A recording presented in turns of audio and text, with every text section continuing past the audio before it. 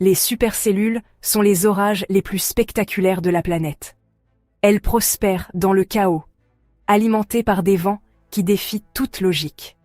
Mais que se passe-t-il lorsque le changement climatique perturbe l'équilibre de leurs ingrédients?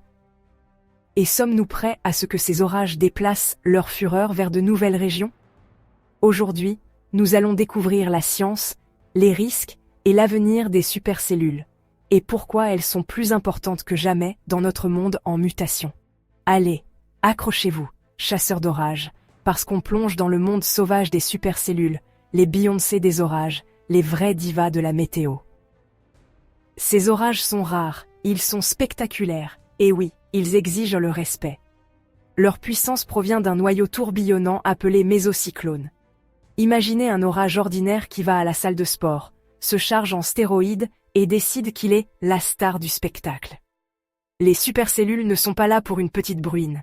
Elles apportent des tornades, des crues éclairs, de la grêle de la taille de votre poing, et une grosse énergie du genre « va pas me chercher ». Mais maintenant, le changement climatique est en train de bouleverser leurs recettes, comme si quelqu'un avait changé les ingrédients d'un gâteau. De l'air plus chaud? Carrément, il retient plus d'humidité, ce qui signifie des pluies plus abondantes. Une plus grande différence de température entre la surface et l'atmosphère? Double carrément?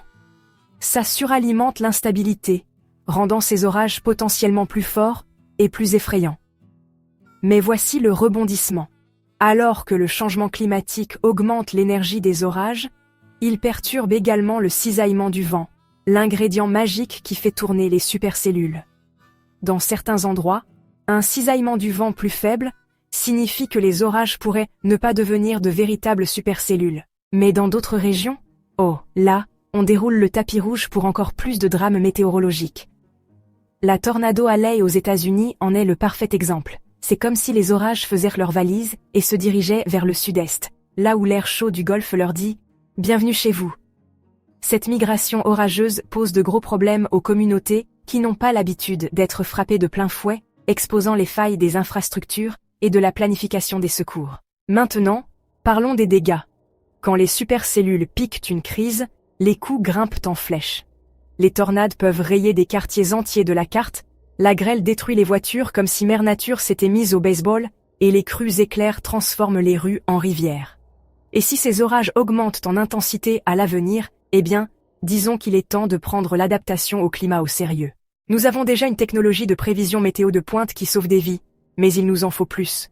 Pensez à des bâtiments résistants, une planification plus intelligente, et apprendre à tout le monde à arrêter de penser « bof, c'est juste une petite pluie », jusqu'à ce qu'il soit trop tard. Les scientifiques travaillent d'arrache-pied à modéliser ce qui attend ces orages. Même si nous ne voyons peut-être pas plus de supercellules en général, celles que nous aurons pourraient être boostées de manière à faire paraître les films catastrophes bien fades. La clé? Comprendre les particularités régionales, parce que les supercellules ne sont pas universelles. Avec de meilleures prévisions, nous pouvons garder une longueur d'avance, ou du moins, essayer. Je vous laisse en discuter dans les commentaires. Quelle est, selon vous, la façon la plus surprenante dont le changement climatique perturbe les orages? N'oubliez pas de vous abonner si ce n'est pas déjà fait. Prenez soin de vous, prenez soin de vos proches, et je vous retrouve bientôt dans une autre vidéo.